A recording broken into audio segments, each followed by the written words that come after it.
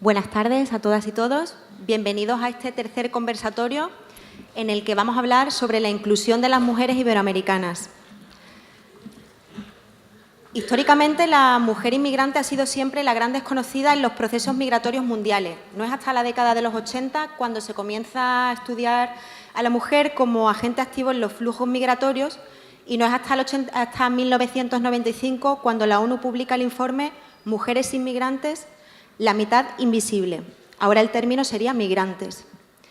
Conocemos que por contra de los estereotipos existentes en nuestro país, de mujer pobre, analfabeta y dependiente, ya esto es una cuestión que ha sido puesta sobre la mesa anteriormente, las mujeres iberoamericanas que abordan un proyecto migratorio suelen disponer de una formación superior a la de sus compañeros varones, superior a la media de sus países de origen y muchas veces a la de las comunidades de destino, además de demostrar unas evidentes competencias de liderazgo. Sin embargo, la segmentación de los mercados de trabajo españoles no propicia su inclusión. Hemos visto también cómo la mayoría de ellas es conducida a trabajos precarios y sin regularizar. Hablamos de jornadas laborales agotadoras, incompatibles con su propia vida familiar, que dificultan el establecimiento de relaciones sociales, la construcción de redes de apoyo o de tiempo dedicado a su autoformación y desarrollo. Es evidente que todos estos factores las hacen más vulnerables y las pueden conducir a la marginación, exclusión y a padecer riesgos en su salud física, psicológica y social. ¿Qué factores determinan la inclusión de la mujer iberoamericana en España? ¿Qué pueden hacer las administraciones públicas para poner soluciones ante los problemas que se presentan? Nos acompañan para hablar de todo ello varias ponentes. Seguimos el orden que hemos establecido desde el inicio del primer conversatorio.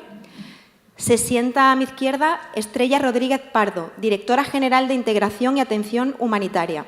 Bienvenida, Estrella. A su lado está Liz Coronel, Ministra de la Embajada de Paraguay. Junto a ella, Antonio García Revilla, Cónsul General en Barcelona y Embajador en el Servicio Diplomático Peruano. A su lado está Ángela Botero Pulgarín, investigadora social, experta en migraciones y género. Cierra a la mesa Cristina Almeida, abogada y feminista. Para empezar, eso sí, pido brevedad, 3 minutos, una breve exposición para plantear las cuestiones que creáis convenientes. Comienza Estrella. Gracias. Bueno, buenas tardes a todos y a todas. Y muchas gracias. Quería felicitar a la Diputación de Huelva por la organización de este tercer foro iberoamericano y por haberme invitado.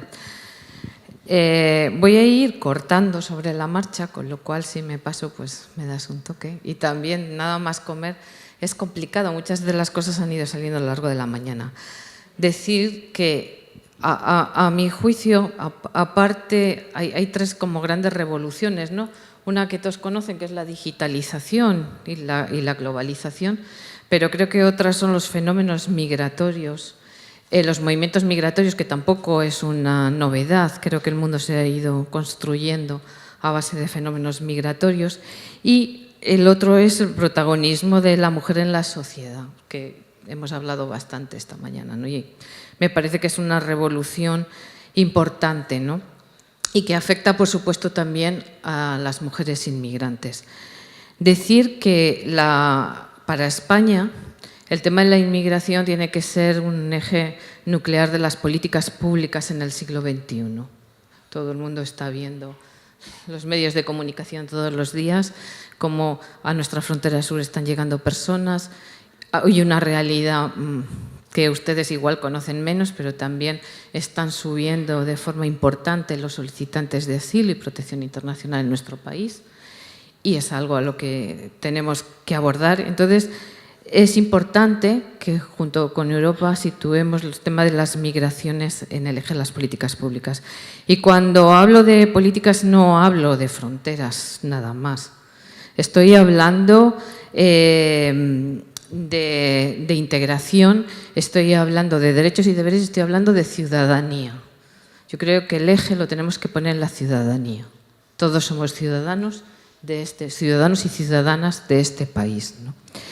Bueno, volviendo al hecho migratorio, decir que España es un país singular en cuanto al fenómeno migratorio.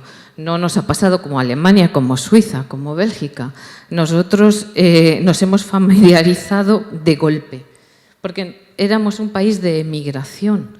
Había muchísimos españoles y aún todavía, hoy en día, hay más de 2 millones de españoles fuera. Y esto hay que tenerlo en cuenta. Y es un hecho importante también en cómo la sociedad española ha afrontado la inmigración. Quizás ese sea un dato relevante, ¿no? Pero empezamos en el 1990 a empezar a tener personas que venían a trabajar con nosotros. Decir que en ese año había menos de 1 millón de inmigrantes. Hoy hay 5,3 millones, de los cuales 761.000 viven en Andalucía, es decir, el 14,2%. Y en estos 5,3 millones no están los nacionalizados, porque ya están nacionalizados y se consideran españoles. Sin embargo, a nivel sociodemográfico tienen una serie de dificultades y problemáticas que deberíamos abordar, ¿no? ¿Qué ha supuesto en estos 20 años la inmigración para España? Pues en el sentido demográfico un rejuvenecimiento importante. La población migrante tiene una media de edad de 38 años. Además, hemos pasado de ser 39,8 millones de habitantes a 46 millones. Esto también es importante, ¿no? Otro tema importante es que es una fuerza importante en términos de empleo, de crecimiento económico y de contribución al Estado del bienestar social. ¿Por qué lo quiero decir? Siempre que hay debates electorales, muchas veces se habla del coste de la inmigración y esto no es cierto. Hay análisis, hay estudios de gente tan menos sospechosa como el BBVA y otras empresas que hablan del saldo positivo en la inmigración y el crecimiento del Producto Interior Bruto, ¿no? Por supuesto, ya tiene que ver con otros intangibles, también todo el enriquecimiento social, cultural y lingüístico que hace que de repente seamos una sociedad diversa y más plural. Bueno, plural hemos sido siempre, solo hay que ver el estado de las autonomías, pero diversa no. Y esto es lo que está favoreciendo, ¿no? la inmigración. Y en cuanto a la población de inmigrante que proviene de países iberoamericanos, pues en nuestro país en estos momentos son unos 575.000 personas. Dato también que esconde todo el proceso de nacionalización. Ustedes saben que un iberoamericano, un latinoamericano puede solicitar la nacionalidad española a los 2 años, mientras que la Constitución pone a otras nacionalidades 10 años, ¿no? Entonces, bueno, esto tiene que ver con nuestros lazos históricos con Iberoamérica y es un dato importante también la nacionalización de un número importante de residentes. ¿Cuál es el papel que juega la mujer inmigrante en general y la mujer iberoamericana en particular en nuestro país? Bueno, hay cosas que ya han salido esta mañana, pero decirles que de la población inmigrante un 47,6% son mujeres. Uno puede pensar que como llegó mucha inmigración para el campo y para la burbuja inmobiliaria, el perfil era masculino. Sí, era masculino, pero también llegaron muchas mujeres, muchísimas con un proyecto migratorio propio para la prestación de cuidados. Ha salido esta mañana con el tema de la dependencia y otras cuestiones. Además, tenemos países como Colombia, Bolivia y Brasil que la tasa es superior. Y ya si hablamos de Paraguay, el 71,4% de las mujeres son mujeres sobre los hombres, ¿no? Es que voy muy deprisa y no te miro por si acaso. Son las migraciones que llamamos autónomas, ¿no? Protagonizadas por mujeres que viajan solas o acompañadas por otras mujeres. Entonces, en conclusión, 1. Rápida y una creciente relevancia que ha adquirido la inmigración en nuestro país en estos 20 años. 2. La feminización de la inmigración, que hay que tener en cuenta. Y 3. las necesidades específicas que nos tiene que plantear estos hechos a la hora de elaborar las políticas públicas. Y es que, si no, estaremos favoreciendo una doble discriminación. Esta mañana en algunas mesas se ha hablado de la discriminación de la mujer solo por el hecho de ser mujer. Si le añades el hecho migratorio, pues es una doble discriminación. ¿Y qué dimensiones puede tener esta discriminación? La primera dimensión es el trabajo. Se ha hablado esta mañana de la brecha laboral, de la brecha salarial, pero no hay que olvidar que son mujeres que están en unos ámbitos de empleo y laboral vinculado a los cuidados, que muchas veces no está regulado, es un trabajo en precario, y si añades además la brecha salarial de las mujeres en el país, que bueno, yo tenía que era un 19,4%, esta mañana la exministra habla de un 14%, bueno, vale, ha mejorado, pero si tú comparas el salario medio de una mujer inmigrante con un hombre español, es de un 50% la diferencia.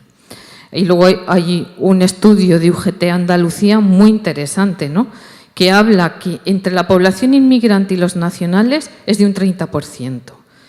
Ya entre hombre y mujer inmigrantes de un 23%. Bueno, es un tema que hay que abordar. Y luego, algo que me ha surgido escuchando esta mañana, que el empleo era un factor de integración importante. Claro que lo es, pero es que el empleo no está ni sirviendo para los españoles como factor de integración. El empleo precario nos está llevando a que tengamos trabajadores pobres. Si sigues bajando y te focalizas en la población inmigrante que tienen empleos más precarios, bueno, pues sí, el empleo antes era un factor muy importante de integración, pero hoy, si no vamos a un empleo de calidad, aquí tenemos una población, bueno, pues en una situación de riesgo y de vulnerabilidad. La otra dimensión es la violencia de género, que ya lo hemos hablado, pero recalcar aquí pues la falta probablemente de apoyo y de redes familiares, el miedo, si eres una persona irregular, pues el miedo a las denuncias, la precariedad económica. Muchas veces atreverte a denunciar significa entrar también en la pobreza. Y esto le pasa a una mujer nacida en España y le pasa a una mujer inmigrante. Y la tercera dimensión tiene que ver con las tensiones psicológicas nacidas en el entorno familiar. Son mujeres, sobre todo las iberoamericanas, que han venido aquí, que son familias transnacionales, que mantienen a sus hijos en sus países de origen y a su familia. Esto es una tensión y una carga muy importante, porque muchas veces malviven aquí para mandar remesas a sus países de origen. Bueno, todas estas cuestiones nos tienen que dar pistas a la hora de elaborar las políticas públicas. Y aquí siento hablar del pasado, pero es que en el periodo 2004-2011 pusimos en marcha un plan estratégico de ciudadanía e integración para favorecer la integración de la población inmigrante. Tengo que decir, después del debate de esta mañana, que no teníamos en cuenta si uno era de origen musulmán, latinoamericano, sino que nos habíamos centrado en la ciudadanía como eje de las políticas públicas. Fue un plan que consensuamos con las universidades, con las asociaciones de inmigrantes, con los sindicatos, empresarios, con las comunidades autónomas, ayuntamientos y con todos los ministerios. Y tuvo memoria económica, porque para hacer políticas tienes que tener dinero. Y además evaluamos. De aquella evaluación salió que habíamos trabajado con más de 1000 ayuntamientos y habíamos trabajado con 900 ONGs, con el tercer sector. Esto es importante porque permitió una capilaridad de las políticas de integración interesantes. Esto es lo que queremos rescatar. Sabemos que la realidad es diferente a la del 2004, no tiene nada que ver, hay que hacer otro diagnóstico. Hoy tenemos ya asentadas en España una población inmigrante que lleva 10, 15, 20 años, que tienen otro tipo de necesidades y problemas. A la vez solicitantes de asilo y refugio. Nosotros hemos pasado de tener 4.000 solicitantes de refugio al año a este año estamos ya en 50.000, no sé hasta dónde llegaremos. Esto es otra realidad que hay que tener en cuenta. Bueno, hay que hacer un diagnóstico diferente, pero teniendo claro que la diversidad tiene que estar en todas las políticas públicas, igual que el género. Y tratar de buscar una sociedad cohesionada significa invertir en políticas de inclusión. Y tiene que ser la lucha contra la pobreza, hay que tener en cuenta a las mujeres, hay que tener en cuenta a la población migrante. La lucha contra la violencia de género, los problemas de trata, los problemas de la vivienda, que afectan de manera importante a este colectivo. Y bueno, podría seguir enumerando políticas públicas, pero bueno, de momento lo dejo aquí. Gracias, Estrella. En su discurso ha abordado la importancia de las políticas de inclusión y el valor del empleo digno como un factor esencial para favorecerlo. Liz, ¿qué tienes que aportar? Bueno, muchas gracias y muy buenas tardes. Como ustedes se imaginarán, voy a hablar de mi país antes que nada, ¿verdad? Paraguay es un país sin costas al mar en América del Sur, cuyos vecinos son Argentina, Brasil y Bolivia. Y tengo que decir esto porque mucha gente lo confunde con Uruguay. Nuestra capital es Asunción, de donde yo vengo. Entonces, a veces damos por sentado estas cosas que lamentablemente todavía no son de público conocimiento en muchos lugares. Primero que nada, les tengo que hablar sobre la historia de Paraguay, porque mi país no puede ser entendido si no conocemos dos fenómenos históricos, el mestizaje y la guerra de la Triple Alianza. Primero, el mestizaje. El mestizaje fue el más rápido y el más masivo de América durante el periodo colonial y el periodo de los llamados descubrimientos. En 1537 se funda Asunción y de ahí en adelante se convierte esta en un punto de logístico y de distribución de descubridores, volviéndose siempre entre comillas, y fundadores, mejor dicho, de otras ciudades de América del Sur. Y se le llama Asunción madre de ciudades porque de ahí salían las expediciones. Muy pocos exploradores españoles se quedaban en Asunción, pero sí formaron una cierta alianza con los indígenas o los guaraníes, carios, que habitaban en esa zona, con tal que sí tomaban a sus mujeres, se casaban con las nativas, con nuestras madres originarias que estaban ya ahí cuando ellos llegaron. Eso produce que la nación paraguaya esté formada principalmente por mestizos. Somos en un 90 y pico % de mestizos, como yo, como mis colegas que están acá y como la mayor parte de los paraguayos. La particularidad que tiene este mestizaje es que nosotros fuimos criados en esa época por nuestra madre indígena, nuestra madre guaraní. ¿Y qué es lo particular de eso? Que eso nos aportó la lengua, nuestra lengua identitaria, que es el guaraní. El guaraní es la única lengua amerindia oficial hablada por mayoritariamente de personas no indígenas, que somos los paraguayos. En 1967, en la Constitución del 67, se la nombró idioma nacional y en el 92 idioma oficial. Ore enterovea roñe e guaranime, she añe e jaecuero ñe she tu añe she su ñe enterovea ñan de Paraguayupe añan de Tetape roñe e guaranime. Si hay algún paraguayo en la sala, va a saber que lo que dije es que todos en Paraguay hablamos guaraní. Yo lo hablan mis colegas, lo hablan mis padres, todos. Y eso es un aporte directo de la madre indígena que hemos tenido todos, o el 90% de la población, salvo el pequeño grupo de inmigrantes, digamos que fue viniendo posteriormente y que al absorberse a la sociedad paraguaya también lo hablan. Y el segundo, ese es un fenómeno, el mestizaje. Tengan en cuenta ese legado de nuestras madres guaraníes. El segundo fenómeno es el de la guerra de la Triple Alianza, cuando Paraguay fue conocido en la posguerra como el país de las mujeres, por las residentas. ¿Y qué son las residentas? La Guerra de la Triple Alianza fue un conflicto bélico que tuvimos,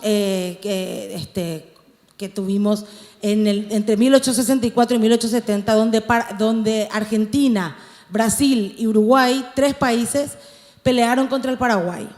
Ese conflicto, además de desmembrarnos territorialmente, sacarnos territorio, por supuesto también nos casi aniquiló poblacionalmente. De haber sido alrededor de 1.300.000 habitantes, quedamos en 28.000 hombres, 106.000 mujeres mayores de 15 años y 86.000 niños.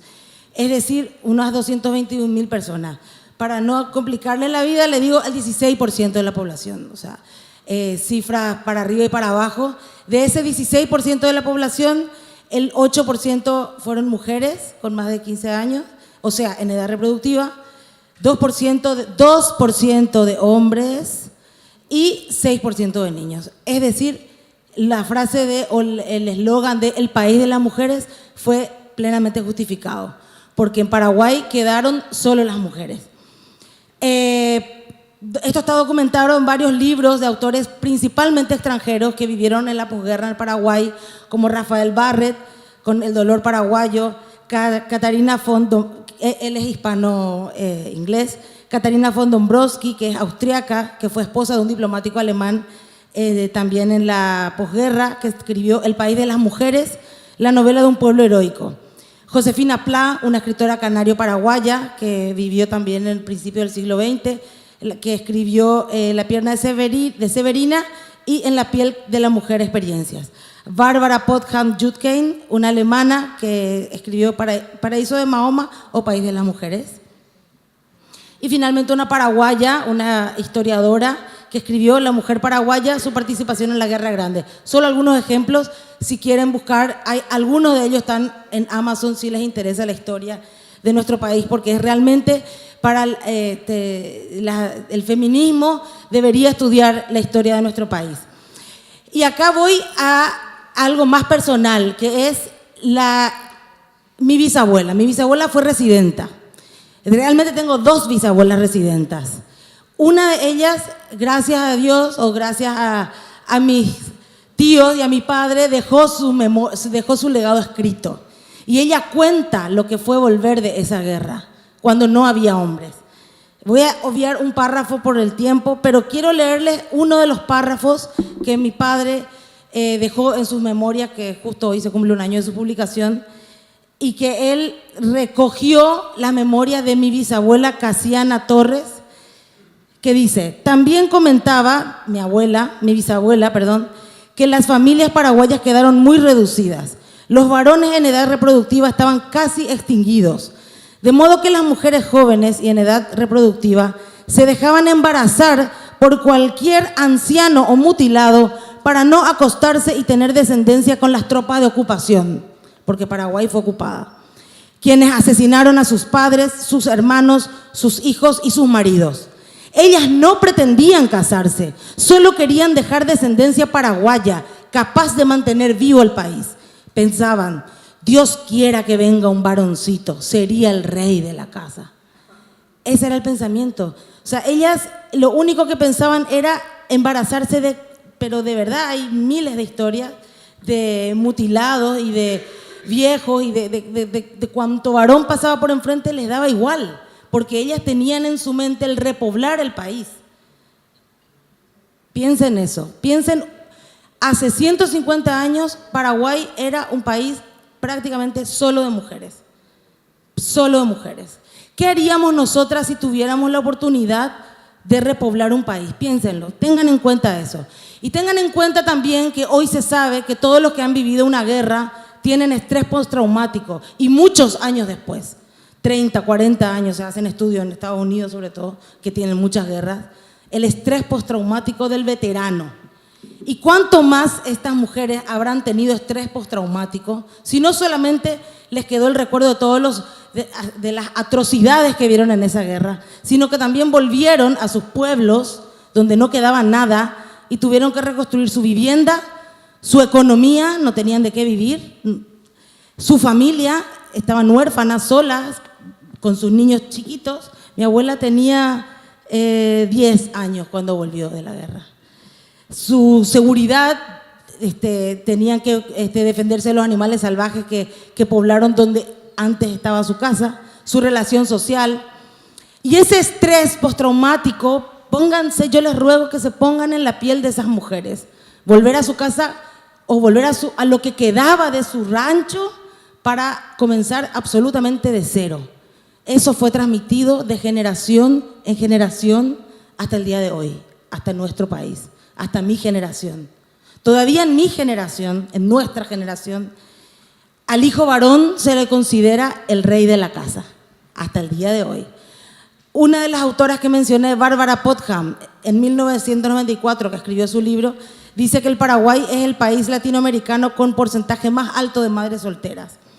Y estadísticamente, y por estudios que hizo el Ministerio de la Mujer con ONU Mujeres, sabemos que aún hoy el 70% de las familias son monoparentales o extendidas, o sea, con familiares que no son la familia nuclear, con jefatura femenina, 70%. O sea, nuestro país realmente es un país de mujeres fuertes, aguerridas, que tienen en la sangre el haber levantado su país. Sin embargo, 150 años después de esas mujeres que lo dieron todo y que pudieron, si otra hubiera sido el paradigma, construir un país diferente, la realidad nos cuenta que todavía que no estamos bien como 50% de la población. Pero las iniciativas actuales son, por ejemplo, en el 92 la Constitución consagró la igualdad entre hombre y mujer. Ese año se crea la Secretaría de la Mujer, que en el 2012 pasó a rango de ministerio. En el 2013, el ministerio, escuchen esto, lanzó el primer sondeo acerca de la violencia intrafamiliar basada en género. Las mujeres habían sufrido violencia 3 veces más que los hombres. Un 88,9% de mujeres que han reportado haber sufrido violencia la han experimentado más de una vez. 60% de ellos viven en pareja. 25% de los encuestados sufrió maltratos psicológicos durante el embarazo y 20% maltratos físicos durante el embarazo. A raíz de esa encuesta se hizo la Ley de Protección Integral contra todo tipo de violencia contra la mujer. Y actualmente la iniciativa más importante que tenemos es Ciudad Mujer, que nuestra colega salvadoreña ya nos habló. El Salvador fue el primero que tuvo, nosotros lo tuvimos en el 2008. Tenemos más de 5.000 metros cuadrados de atención integral a la mujer, 15 instituciones representadas, especialmente en prevención y atención a la violencia contra las mujeres, empoderamiento económico, salud sexual y reproductiva, educación para la equidad y atención infantil. Tiene su propia guardería para que hay muchísimas, como ustedes ven, madres solteras que no tienen dónde dejar a sus niños, y para que ellas puedan empoderarse y puedan saber sus derechos, tienen que llevarle a sus niños y tener un lugar donde dejarles y estar tranquilas. Ya hay Ciudad Mujer Móvil también, que es un ómnibus que recorre el país llevando la atención. Y bueno, hay varias otras iniciativas de inclusión laboral o leyes, legislación, se ha avanzado muchísimo en legislación de inclusión laboral, de inclusión económica, de equidad salarial, de inclusión económico-social y de otras iniciativas de equidad social. A día de hoy, los ejes del Ministerio de la Mujer de este nuevo periodo presidencial que comenzó en agosto es el empoderamiento económico, la vida libre de violencia y el empoderamiento y participación social y política. Eso básicamente es en lo que atañe al poder central. Ahora las migrantes, nuestras paraguayas, nuestras compatriotas que vienen a España, que ustedes ya escucharon hoy que tenemos casos casos lamentables de trata, casos lamentables de explotación en muchos sentidos. ¿Y qué hacemos al respecto? Hemos tenido un boom migratorio a principios de los años 2000, luego con la crisis española de ser 120.000 migrantes aproximadamente, estamos ahora en 80.000 migrantes, de los cuales, como muy bien dijo Estrella, 70% son mujeres. Tenemos 3 consulados generales en Madrid, donde hace poco se hizo una jornada informativa sobre violencia de género con el Ayuntamiento de Madrid. Y esto es muy importante, porque a lo mejor creemos que esto es algo que se viene trabajando con las migrantes desde hace mucho tiempo, pero les tengo que informar de que esta jornada, que fue en septiembre del 2018, fue la primera que hizo el Ayuntamiento de Madrid con un consulado latinoamericano y creo que mundial, la primera. Y lo hizo en Paraguay, con Paraguay porque poco tiempo atrás había fallecido una, o por lo menos es lo que nos dijeron las señoras del ayuntamiento actual, ¿verdad? No sé si antes, en otra época se hizo, pero lo que nos dijeron es que era la primera vez que se hacía a raíz del fallecimiento de un feminicidio hacia una paraguaya. Y este asesoramiento y asesoría que nos dieron los del ayuntamiento sobre las herramientas que hay para dónde acudir en caso de violencia, sí dejaron muy claro que era sin importar el estatus migratorio, que eso es muy importante porque sabemos que hay muchas mujeres inmigrantes en general que no tienen un estatus regular y que entonces tienen miedo de acercarse a los consulados o a las autoridades.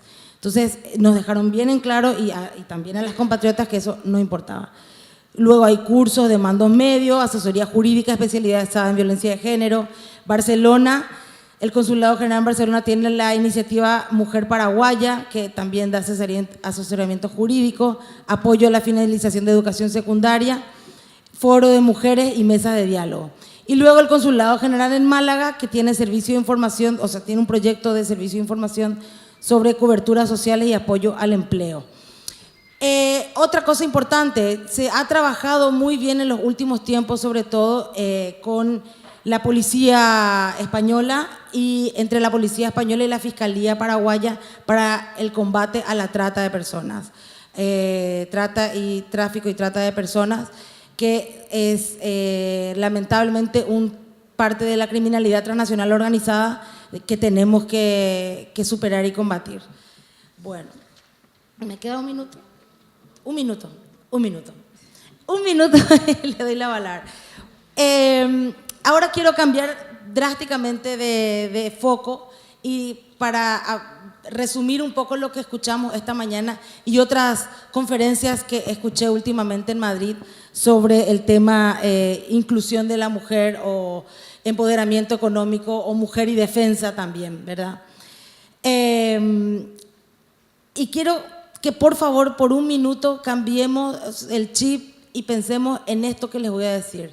Hoy, en 2018, después de tantos avances sociales, entendemos que la diversidad es una fortaleza. Yo creo que ya estamos a la altura de que nuestras sociedades entienden o por lo menos pretenden hacer entender que ser diferente no está mal, en cualquier sentido. Ser diferente aporta y da fortaleza a cualquier contexto.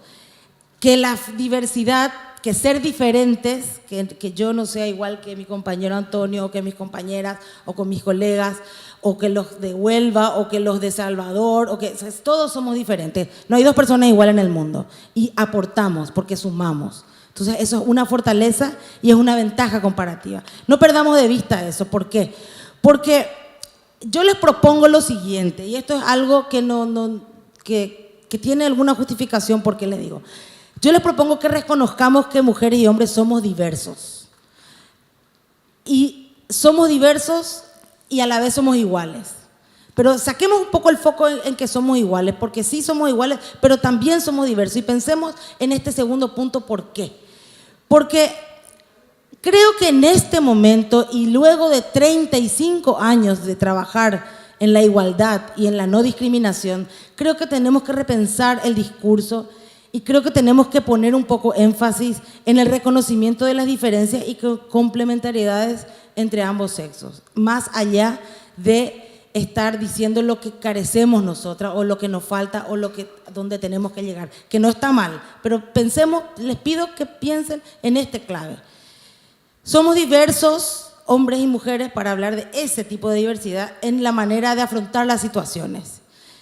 Y María Teresa Fernández de la Vega, la que viene después que nosotros, nos dijo en un foro en la CEGIP que las mujeres aportan una nueva mirada.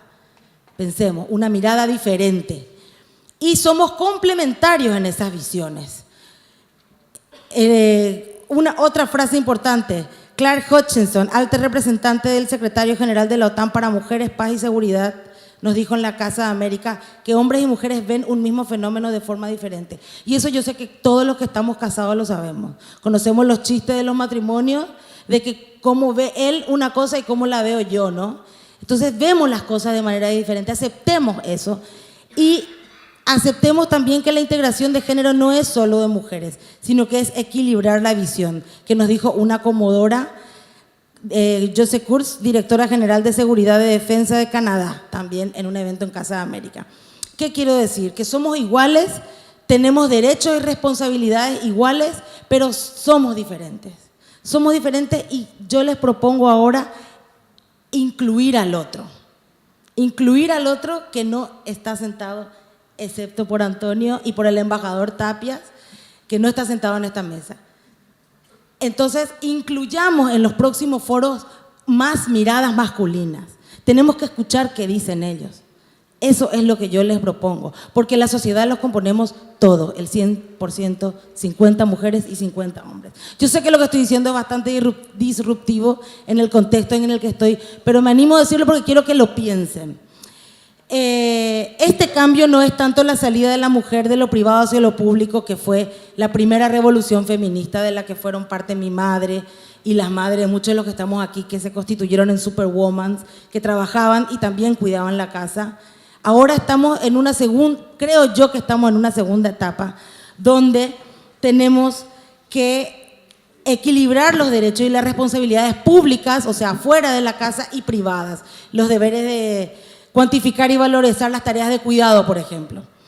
Este cambio es más difícil de ser asimilado por los hombres que por las mujeres. ¿Y por qué? Justamente porque muchas veces el discurso que tenemos las mujeres es de alejamiento y no de acercamiento, y estamos todos juntos, porque la sociedad no la vamos a construir solo las mujeres, sin contar con la opinión y sobre todo la complicidad y la alianza de ese 50% que creemos que son nuestros victimarios, que sí lo son en muchos casos, pero no todos, ni tampoco exclusivamente, ¿eh? Hay muchos hombres que son muy aportantes en esto. Y que les propongo que pensemos en este nuevo paradigma, porque es una manera diferente de pensar que yo sinceramente no he escuchado hoy entre los que hemos hablado. Y básicamente eso, que los ODS apuntan a eso y que pensemos en que miremos los problemas no solamente como míos, femeninos, sino miremos como un problema social y preguntemos por qué 38 años después de Beijing nos seguimos planteando las mismas cosas. ¿Por qué no escuchamos también lo que los varones pueden aportar y pueden decir? ¿Y por qué no escuchamos lo que dicen? Por ejemplo, hay un blues argentino que dice, vos sos feminista y yo soy machista. ¿Y cuál es el problema? O sea, ya está. O sea, si la sociedad, la gente piensa así, ¿qué hay ahí? Nada más. Muchas gracias. Con todas esas propuestas para pensar, pasamos ahora a escuchar una aportación de Antonio García. Él quería mostrar un poco cómo se recoge la cuestión de los derechos de la mujer hoy en el marco internacional de Naciones Unidas, ¿verdad, Antonio? Sí. Gracias, Elena, y muchas gracias por haberme invitado. Como dijo la embajadora de Costa Rica, yo creo que estamos en un debate en el que el tema durante todo el día es más o menos el mismo, es un eje el que nos ha traído para reflexionar sobre el tema de los derechos de la mujer, el empoderamiento de la mujer, y está muy vinculado con el asunto que ahora es agenda internacional de la inclusión. Entonces, yo creo que mi experiencia viene de trabajar más en el ámbito de las negociaciones multilaterales, es decir, la de todos los estados en conjunto en el marco de Naciones Unidas o de la OEA u otros más. Creo que para darle un poco de contexto a lo que hemos venido hablando hoy, que tan interesantes aportaciones han habido, puedo contarles un poquito lo que yo creo que hay de esperanza en el avance, en el tema de los derechos de la mujer, etcétera, que se ha mencionado hoy. un hito, creo, para la evolución de los 30 años, como ha mencionado Liz, y tantos que el tema está ya asentado en la agenda internacional, pero tú sabes que ustedes saben que la agenda internacional es muy variable y depende de voluntades políticas y hay temas que se sobreponen a otros a veces. Y eso ha ocurrido, me parece, después de Beijing en algunos momentos y eso es lo que tenemos que examinar. Se trata mucho de estrategias, de cómo posicionar el tema para que salgamos y progresemos en el asunto. Una herramienta, repito, que es muy útil y que debemos darle el valor que tiene es la Agenda 2030, los denominados Objetivos de Desarrollo Sostenible. Parece un documento más de las Naciones Unidas, pero el contexto en que se dio su aprobación fue un desgaste de Naciones Unidas, una presión muy grande de los estados por tener agendas, países en desarrollo, sobre todo agendas acotadas, más realizables en un mundo del que la cooperación se estrechaba, se disminuía porque había crisis económica en los grandes polos desarrollados. Entonces, todo eso llevó a que los casi 200 países tuvieran que encontrar una salida y ofrecerse algo que diera luz y prioridades a algunos asuntos. Entonces, en este marco, el tema del empoderamiento de la mujer, derechos de la mujer y todas sus vertientes es uno de los 5 de los 17, es el número 5 de los 17 Objetivos de Desarrollo Sostenible. Y el tema de la inclusión, que es muy fuerte, viene muy fuerte de parte de los países en desarrollo, es transversal a todos los otros 17, a los 16 otros temas de la agenda. Pero la diferencia con ocasiones anteriores, y ha sido el plus que han logrado muchos países que negociaron esta agenda, es que ahora los estados, los gobiernos van a tener que rendir cuentas de alguna manera de los avances, algo que es muy difícil lograr en Naciones Unidas y en los foros grandes y que hay por eso tanta crítica de la sociedad civil, es que los gobiernos se comprometen a cosas y no hay forma de exigir o tratar de ver cómo van esas cosas. Entonces ahora hay reportes a los que están obligados los estados periódicos en Naciones Unidas y con asistencia de otros estamentos de la sociedad para dar cuenta de cómo avanzan los temas. Entonces eso es una herramienta importante y que creo que la sociedad civil lo tiene que tener en cuenta porque es un logro y un cambio si es que queremos seguir adelante con los esfuerzos multilaterales. La OEA también tiene a nivel interamericano, casi todos los países de América Latina, todos los países de América Latina y el Caribe estamos en mecanismos de la OEA. Lo único que tenemos que hacer es darle la voluntad política para que es el tema, de nuevo, que es muy antiguo en el ámbito interamericano de los derechos de la mujer, se revitalice. Y yo creo que una de las claves está en lo que dice Naciones Unidas ahora, que el tema mujer, empoderamiento, mujer, inclusión, se une a otros y es transversal, lo cual hace que en países como el mío, que tienen determinadas visiones bastante progresistas en este tema, se vean obligados a tratar de empezar con una reeducación de la sociedad aparejada con otros cambios que van a ir más rápido que el conjunto de la reeducación de la sociedad para estar acorde con los nuevos retos de los tiempos, del entorno internacional y de nuestra propia sociedad civil y a veces empresariado, que también está junto con el Estado y con la sociedad civil en dar los pasos hacia adelante. Creo que esta clave de lo transversal, que parece un concepto más, una palabra más, hace que ahora en el Perú se haya desde hace unos años instaurado un Ministerio de la Mujer, pero que también las políticas sobre el tema mujer, incorporación, mujer campesina, pobreza, vinculados a la no discriminación, a los temas de inclusión y los temas de intolerancia en la sociedad, se vean en conjunto con una problemática que los estados de América Latina y del Caribe tienen que manejar, que justamente tienen que sacar adelante sociedades en las que el tema pobreza crítica, pobreza, lucha contra la pobreza es la prioridad. Entonces nuestras realidades son un poco distintas a las de España, en las que hay grandes avances en legislación y también probablemente grandes avances en educación de la sociedad. Pero estamos haciendo grandes esfuerzos, no todo es fácil, hay que reeducar y eso es muy complicado a todos los estamentos de la sociedad. creo que el trabajo que hay que hacer de ahora en adelante es esto, presionar, trabajar juntos para que los estados cumplan lo que les toca de esta agenda tan ambiciosa y en este caso en específico el tema de la inclusión y de los derechos de la mujer y el empoderamiento. En mi país se da de manera, como en casi toda América Latina, aparejado con temas que avanzan y temas que no avanzan tanto, pero este tema está instalado en la agenda. Hay ya les repito, un diálogo muy importante con la sociedad civil que les obliga a los gobiernos a abrir los ojos sobre algo que es impostergable.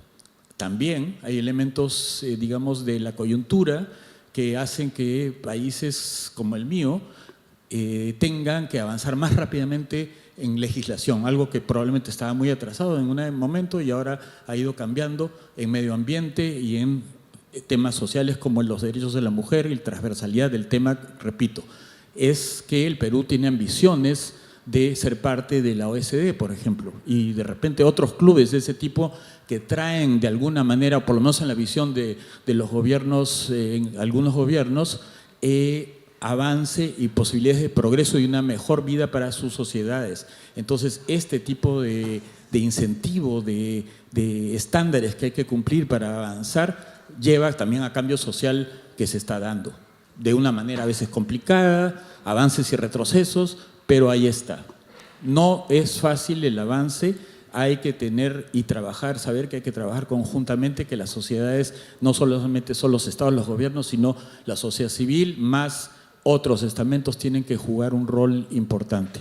Esa es mi reflexión, pero también ya sobre los otros temas, y como he trabajado tanto tiempo en Naciones Unidas, he visto todas las negociaciones de los temas mujer y empoderamiento, etcétera, creo que el enfoque, sobre todo para los países nuestros de América Latina y del Caribe, es que es un tema de derechos humanos. Eso hace que sea mucho más difícil de rebatir, que los gobiernos tengan mejor comprensión de cómo el tema tiene que ser abordado, y eso ha ayudado en algunos casos, en algunos países, a dar grandes pasos adelante. Eso, como los temas de discriminación, intolerancia, tienen que ser vistos desde el punto de vista de que son derechos humanos, y a veces nuestras sociedades no están suficientemente imbuidas de que esto es la clave para salir adelante. De nuevo llamo a la sociedad civil a recordarnos, a los estados, a los gobiernos, que por ahí va el avance y la forma de progresar en los temas que nos traen. Gracias, Antonio. Aplaudan. Ángela, ¿cuál es tu punto de vista sobre todo esto? Y sobre todo, por acotar el tema, ¿cómo favorecer la inclusión de la mujer iberoamericana? Bueno, muy buenas tardes. Pues lo primero, que a mí me gusta más decir mujer latinoamericana, ¿cierto? Puedo decirlo. Incluso también me gusta mucho decir, rescatando un idioma que, así como me encanta el guaraní, en Colombia nuestras lenguas casi todas se han ido quedando rezagadas porque no se invierte en el desarrollo de las lenguas. Sin embargo, hay una palabra que los indígenas cuna nombramos y utilizamos para decir América Latina, que es aviala, y es una cosa bonita porque quiere decir como tierra naciente, floreciente, primavera, ¿cierto? Entonces también, que eso hace parte también de esta diversidad lingüística que traemos a colación. Bueno, pero yo quería comenzar diciendo también que hay una frase que en Colombia quedó como una sentencia que dice así, que es tan inequitativo tratar igual lo que es diferente como tratar diferente lo que es igual, ¿cierto?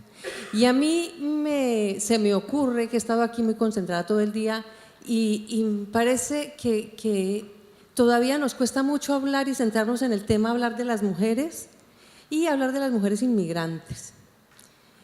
Parece como que siempre se nos va porque tenemos ejemplos de todo, del país, de la historia, pero centrarnos en esta historia que estamos haciendo las mujeres migrantes, de la que yo hago parte porque yo emigré en el 99 y comencé también en Madrid, trabajando, cuidando un niño y siempre queriendo seguir mis estudios porque soy una mujer que le gusta estudiar, y contrario a que muchas parirían para sostener el país, yo pues no, yo me paré ahí. Yo no soy de las que digo que tengo que tener hijos, yo digo que tengo que tener paciencia para entender la humanidad, para trabajar con la humanidad y para escribir. Me gusta mucho escribir y a veces no tengo todas las condiciones óptimas para hacerlo, pero las estoy buscando, ¿cierto? Estoy haciendo mi tesis doctoral en antropología social y hago un trabajo que se llama autoetnografía participativa. Es decir, no hablo solamente de Ángela María Botero y que ha hecho milagros, no, es con quien yo he estado.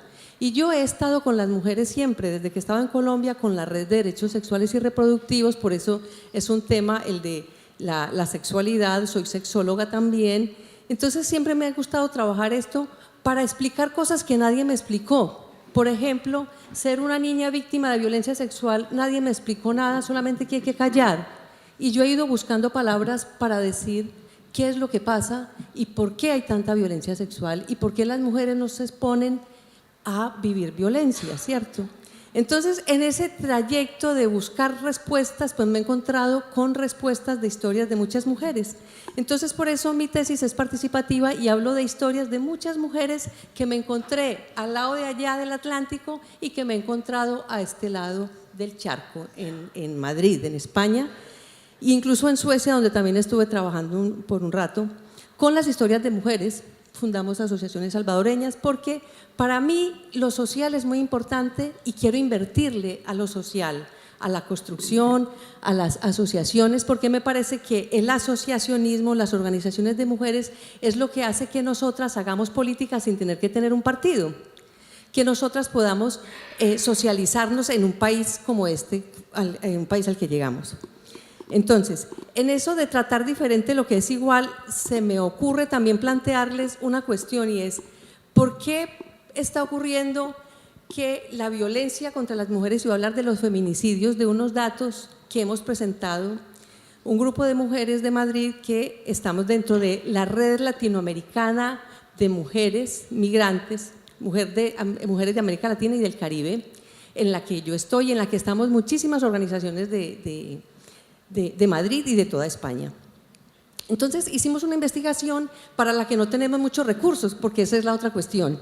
Queremos hacer muchas cosas, pero las mujeres, las organizaciones de mujeres tenemos muy pocos recursos económicos y las organizaciones de mujeres migrantes menos recursos económicos para poder desarrollar investigaciones, para poder decir cifras, porque las cifras son muy importantes para la investigación cuantitativa y porque también asustan. ¿Sí? Es un método interesante que nos mueve. ¡Uy, tantas! Entonces yo tengo unas cifras aquí, pero no voy a ser alarmista con ellas, pero sí voy a plantearles por qué, sabiendo que hay más mujeres españolas que migrantes, por qué de las mujeres asesinadas, y voy a hablar de los feminicidios, desde el 2003 al 2017, que es este estudio del que les voy a hablar y que además hoy está saliendo y van a conocerlo muy pronto, de las mujeres migrantes, el 30%, ¿cierto?, de las mujeres migrantes en comparación o sea, en millones, ¿por qué nos afecta más a nosotras la violencia feminicida que a las mujeres españolas? Y podemos decir, no, nos afecta a todas por igual. No, también hay clase, y las mujeres migrantes somos una clase desempoderada porque nuestros trabajos son en servicio doméstico. Yo voy a buscar trabajo y me ven más buena para prostitución que para dar clases en una universidad, ¿cierto?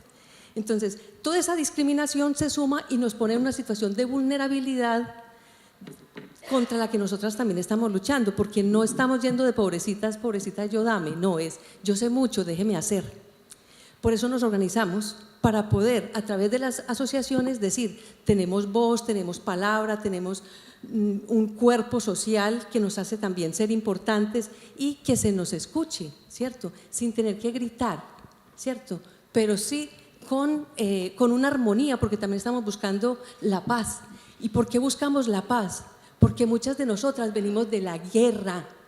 Yo vengo de Colombia y es un país que ha tenido una guerra muy grande y he migrado del campo a la ciudad y de la ciudad y ahora llego y todas, mira tu historia, todas venimos de guerra. Entonces, perdón, me pongo de pie.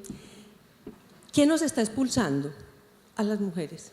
Entonces yo me pregunto ahora que están aquí los políticos, que sin yo ser de partidos, me gusta interpelarles para decirles, ¿qué está pasando en nuestros países que las mujeres estamos saliendo a costa de lo que sea?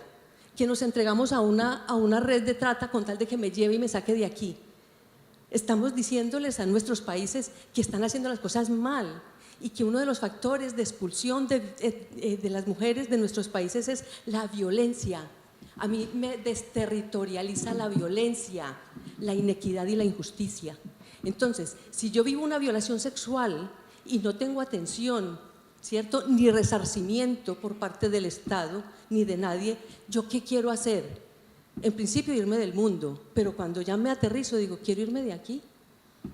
Me voy de la familia, me voy del esposo, me voy de tal. Entonces, hay un proceso de expulsión, y si quieren ampliar en este tema, hay una mujer que se llama Saskia Sassen, que está trabajando este tema de una manera delicada, sencilla y muy científica, con unas estadísticas muy importantes para decir, nos están expulsando.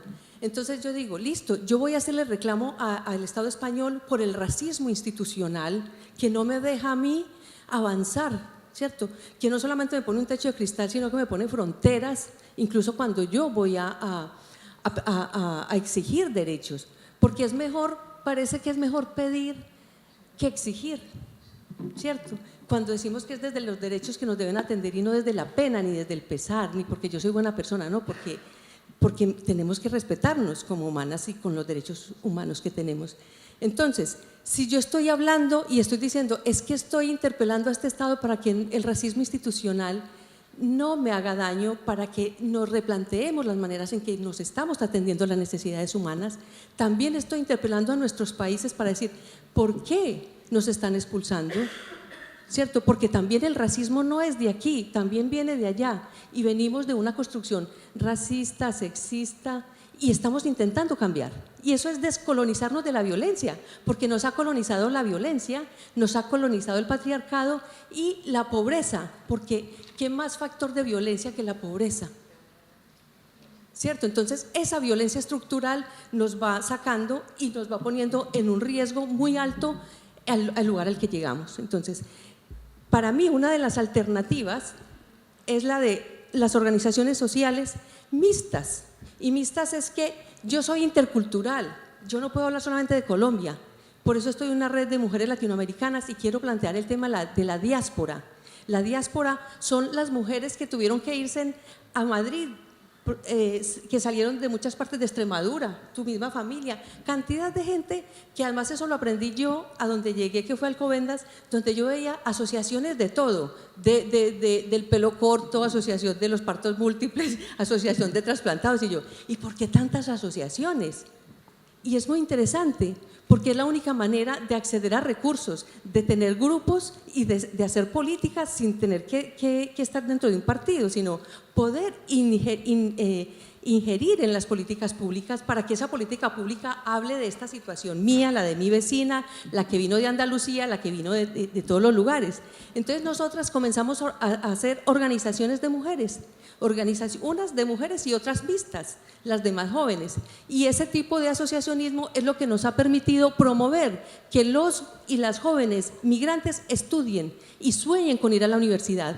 No es que yo estoy buscándome siempre a los 15 años el trabajo doméstico o el trabajo donde sea, porque no tengo una aspiración de formación a largo plazo, porque mi familia no tiene con qué darme el dinero para que yo vaya a la universidad, sino es que yo vine a trabajar, Entonces, al final, el trabajo dignifica, sí, pero es que más que trabajo necesitamos recursos para poder vivir con dignidad y construir una vida que sea amable conmigo y con mi entorno, ¿cierto? Porque si no, lo demás es ponernos a las personas en situación de necesidad y a odiar a quien tiene más, cuando lo que tenemos es que intentar repartir esos recursos para que a través de la educación, pero no cualquier educación, sino una educación crítica, nosotras y nosotros podamos crecer en una sociedad intercultural al lugar en el que llegamos, y en este caso es en este estado, en España.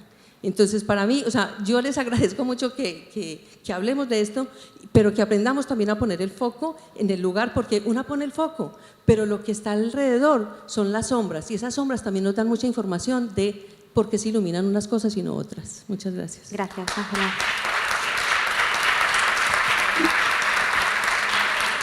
Queremos poner el foco precisamente en los factores que determinan la inclusión de la mujer iberoamericana y qué se puede hacer para favorecerla, Cristina. Hola, buenas tardes. Y la verdad que me siento en una situación de que hemos hablado de muchas cosas, pero había una protagonista que era la mujer inmigrante latinoamericana. Y yo creo que siempre se ha hablado de la madre patria, ¿de acuerdo? Y parece que tenían todos una madre patria. Yo creo que allí no fueron la madre patria, ¿entiendes? Que allí fueron vosotros, que no era la madre patria. Pero es verdad que tenemos como dos deudas, que yo diría de ingratitud, con los países latinoamericanos. Primero porque le dejamos, en cierto modo, un modo social de expresión que se lo quedamos allí y que también nos lo trajimos para acá, porque también lo teníamos aquí. Y otra ingratitud, que ha sido precisamente que siendo para nosotros Latinoamérica una tierra de apoyo, de inmigrantes, de exiliados, de todo, pues ahora nos convertimos en una frontera frente a esta inmigración y la sometemos a otro tipo de cosas. España ha sido siempre un país de migrantes y además de migrantes que aquí nadie se quería quedar porque estábamos en una situación fatal. Entonces la gente pasaba para irse a Europa. Ahora también se quiere ir a Europa, pero como ya estamos en otro puesto, pues se quieren quedar aquí. Pero entonces siempre ha sido un país de migrantes. Fue un país de descubridores, todo lo que quiere por todas las cosas estas que ya estaban descubiertas de mucho antes. Pero bueno, nosotros llegamos allí a ver a los que la habían descubierto. Y en cualquier caso, estuvimos allí sentando también unas bases. Y cuando se fueron a hacer emigración económica, pues imaginaron lo que significó Argentina, lo que significó Chile, lo que significaron los países de Latinoamérica, que están allí todos con los gallegos, que nos llamaban a todos gallegos, aunque fuéramos de muchos lados, pero estábamos haciendo otra integración en aquel mundo. Entonces, me parece que una ingratitud es olvidarnos de lo que hemos exportado, de lo que hemos llevado y de lo que nos han dado. Y también, pues, hemos sido de migrantes políticos, que allí, después de la República, pues la mayoría de los países latinoamericanos acogieron casi a lo mejor de nuestro país que tuvo que irse al exilio. Y se iba al exilio porque habían vivido la libertad y muchas cosas. Y allí nos acogieron. Yo me acuerdo de haber ido con Tierno Galván, en el primer ayuntamiento democrático, a llevar a México una reproducción de las Cibeles de agradecimiento de los exiliados españoles al pueblo mexicano, en aquel caso, pero porque les había atendido y les había dado una oportunidad. Y siempre he tenido ese recuerdo, el recuerdo de que éramos un país de migrantes, de extremeños, andaluces y de todos que se iban a Alemania, que han levantado el país a través de las remesas, como está ocurriendo también, o queremos que ocurra, con las personas que están aquí, que encuentren un trabajo. Y casi este es el país que más puede devolver esa deuda con los propios latinoamericanos y sobre todo con las mujeres. ¿Por qué? Porque tenemos una lengua que nos ayuda, que nos defiende, porque la lengua, yo creo que a cualquiera mujer inmigrante que va a Alemania y es de Latinoamérica, le cuesta 3 veces más que si viene a España. Por lo tanto, hay una ingratitud del pueblo español en general con los inmigrantes y sobre todo con las mujeres migrantes de Latinoamérica. ¿Y qué podemos hacer? Pues en estos momentos estamos en una situación de crisis, pero ya no es de crisis económica, de crisis de valores y de muchas cosas. Y aquí estamos hablando de empleo peor pagado y tenemos una precariedad entre los propios españoles, porque son políticas de precariedad, no son para todos. Entonces, cuanto es más precario el tiempo, hay más enfrentamientos. En vez de enfrentarnos a los poderes fuertes, nos enfrentamos a los débiles. Y entonces se crea una acción, no que me vienen a robar el trabajo, cuando el trabajo te lo han robado las políticas económicas de aquí de este país y todas las cosas. Pero estamos en una situación de enfrentamiento en vez de aunar factores de lucha para poder crear otra sociedad que permita que no solo los de aquí, sino que es que de aquí se están yendo a Alemania los jóvenes con mucha educación y con todo, porque los están expulsando del campo del trabajo. Entonces, ayudar, no es ayudar, sino incorporar a la lucha a las personas migrantes, que a su vez son el reflejo de lo que está pasando aquí con unas políticas, a mí me parece absolutamente, importantísimo. Y en el caso de las mujeres, que yo ya no estoy tan de acuerdo en eso de la integración de los hombres, porque si se quieren integrar, se integran. El problema es que las que nos tenemos que integrar somos nosotras, que nos tienen desintegradas de toda la vida. Yo ahora ya no me voy a hacer la revolución. Yo ya no quiero hacer la revolución de los hombres. Ya bastante tengo con la revolución de las mujeres, que hagan ellos su revolución. Pero es verdad que no será aparte nunca, porque si va a valores positivos, pues nos va a beneficiar a todos. Porque los valores negativos que han tenido nos han perjudicado siempre a nosotras. Por lo tanto, con una llamada de atención a que se están quedando más antiguos que la anda para adelante y que las mujeres estamos espabilando muchísimo, pues como no espabilen ellos, se van a quedar en el rinchi. Por tanto, menos integración porque ya los tenemos y que para que se integren, que se lo luchen, como no lo hemos tenido que luchar nosotras. Porque... Y es verdad que las políticas públicas son para los ciudadanos y ciudadanas que están aquí. No hay ciudadanos ilegales, no hay personas ilegales. Hay situaciones de ilegalidad provocadas por las leyes que los hacen así. Pero nosotros tenemos que plantear que precisamente cuanto más aumente la conciencia de la ciudadanía en la diversidad, pero la diversidad, cuando se habla de mixto y tal, y cuando se habla de sociedades mixtas, es de la diversidad de las propias mujeres, no de la mixta entre hombres y mujeres, sino de la diversidad. Y a mí me parece que la diversidad enriquece, siempre que no se haga con un sentido de enfrentamiento en la diversidad, porque no es el problema que tenemos en estos momentos, pero sí el que tenemos con la sociedad en conjunto. En el momento que pidamos que las políticas públicas de integración, de no precarización, de un salario digno, de una vida laboral digna y que no se aproveche una crisis como ha habido aquí para que se multipliquen los millonarios y se empobrezcan los trabajadores, pues estamos haciendo un flaco favor si nos enfrentamos con las personas migrantes y no nos enfrentamos a los que están provocando esa situación.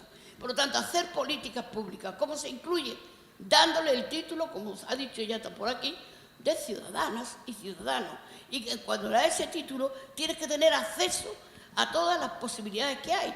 Yo me acuerdo que antes, y te lo digo hasta en la dictadura, con eso de que se crea la madre patria, y como aquí no quería quedarse nadie, pues venían los latinoamericanos y tenían la doble nacionalidad. Ahora ha dicho que la Constitución le da 2 años, pero... Bueno,